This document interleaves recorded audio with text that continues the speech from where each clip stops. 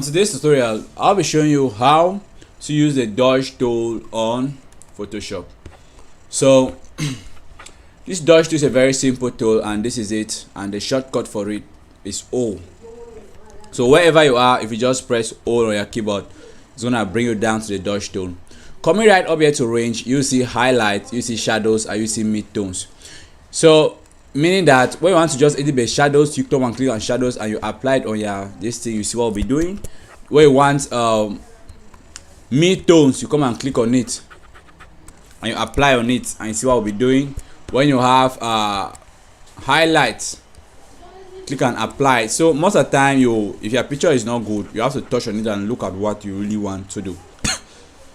So we have the exposure tool. The exposure means that how exposed you want your image to be. As you can see, as I'm clicking on it, you can see the effects. If you reduce it and you click on it, you see the effects. So everything has its effects. The important tool on this thing is the protect tones.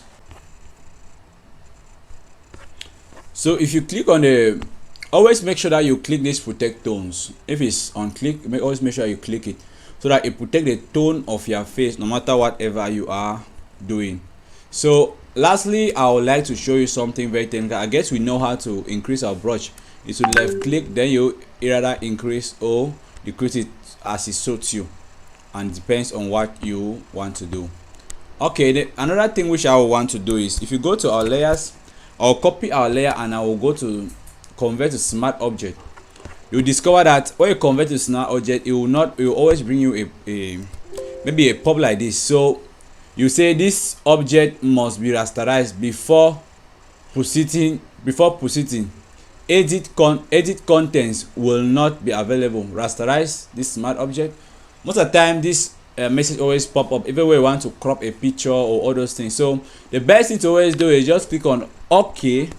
Then you do whatever you want to do on the picture. When you are done, right, make sure that you go back to the picture. Then you click on convert to smart object back.